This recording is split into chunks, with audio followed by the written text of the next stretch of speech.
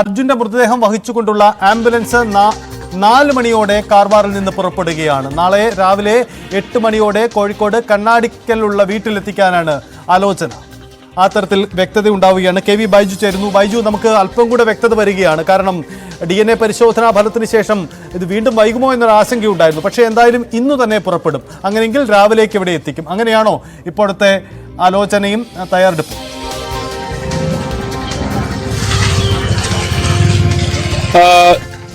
തീർച്ചയായും ഞാനിപ്പോൾ ഉള്ളത് അർജുൻ അവസാനമായി ഈ ശിരൂരോട് യാത്ര പറയുമ്പോഴുള്ള ആ അന്ത്യയാത്ര, അത് ഈ മോർച്ചറിയാണ്. ഈ മോർച്ചറിയിലാണ് ഇപ്പോൾ ഉള്ളത്. ഇവിടെ പരിശോധന ഫലം നമുക്ക് ഔദ്യോഗികമായി ലഭിച്ചിട്ടില്ലെങ്കിലും പരിശോധന ഫലം വന്നു എന്ന് തന്നെയാണ് നമ്മൾ മനസ്സിലാക്കുന്നത്. ഏതായാലും ഇനി ഒരു 2-3 മണിക്കൂർ ഇവിടെ പോസ്റ്റ്മോർട്ടം ഉൾപ്പെടെയുള്ള നടപടികൾക്ക് വേണ്ടിവരും. അതിനുശേഷം 4 മണിയോട് കൂടി തന്നെ അർജുന്റെ ഭൗതിക ശരീരം ആംബുലൻസിലൂടെ ഇവിടെ നിന്നും കൊണ്ടുപോകും.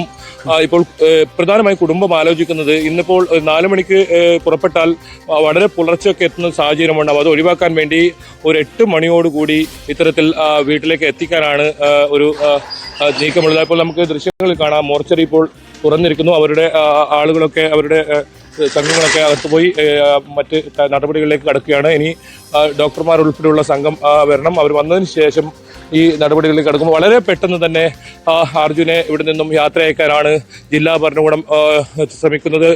ഏതെങ്കിലും തരത്തിൽ താമസം ഉണ്ടാകാത്ത രീതിയിൽ ഇവിടുന്ന് അർജുനെ അത്തരത്തിലുള്ളൊരു യാത്ര, ഒപ്പം പോലീസ് അനുഗമിക്കും, കർണാടക പോലീസ് അനുഗമിക്കും.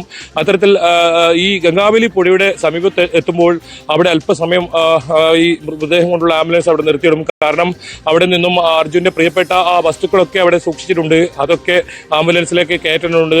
അവസാനമായി അർജുൻ ആ ഗംഗാവലി പുഴയെ തിരിവും കടന്ന് ഇത്തരത്തിൽ യാത്രയാകും. നമുക്ക് ഈ റൂട്ടിലേക്ക് വന്നു കഴിഞ്ഞാൽ നമുക്ക് ആദ്യം കിട്ടുന്നത് കുന്താപുരം, ഈ കുമിട്ടയാണ്. കുമിട്ട 35 കിലോമീറ്റർ കുമിട്ട. അതിനുശേഷം പിന്നെ മൂകാംബിക റോഡാണ്. അത് കഴിഞ്ഞ് കുന്താപുരത്ത് നിന്നും പിന്നീട് ഉടുപ്പിയിൽ നിന്നും പിന്നീട് മംഗളൂരിൽ നിന്നും തലപ്പാടി അതിർത്തിയിൽ വലിയ തോതിൽ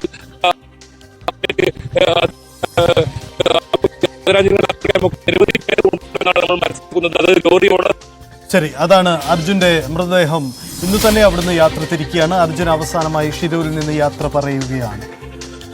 നാളെ 8 മണിയോടുകൂടി മൃതദേഹം കോഴിക്കോട്ടെ വീട്ടിലെത്തും. എല്ലാ ക്രമീകരണങ്ങളും ഒരുക്കിയിട്ടുണ്ട്. അതിനുള്ള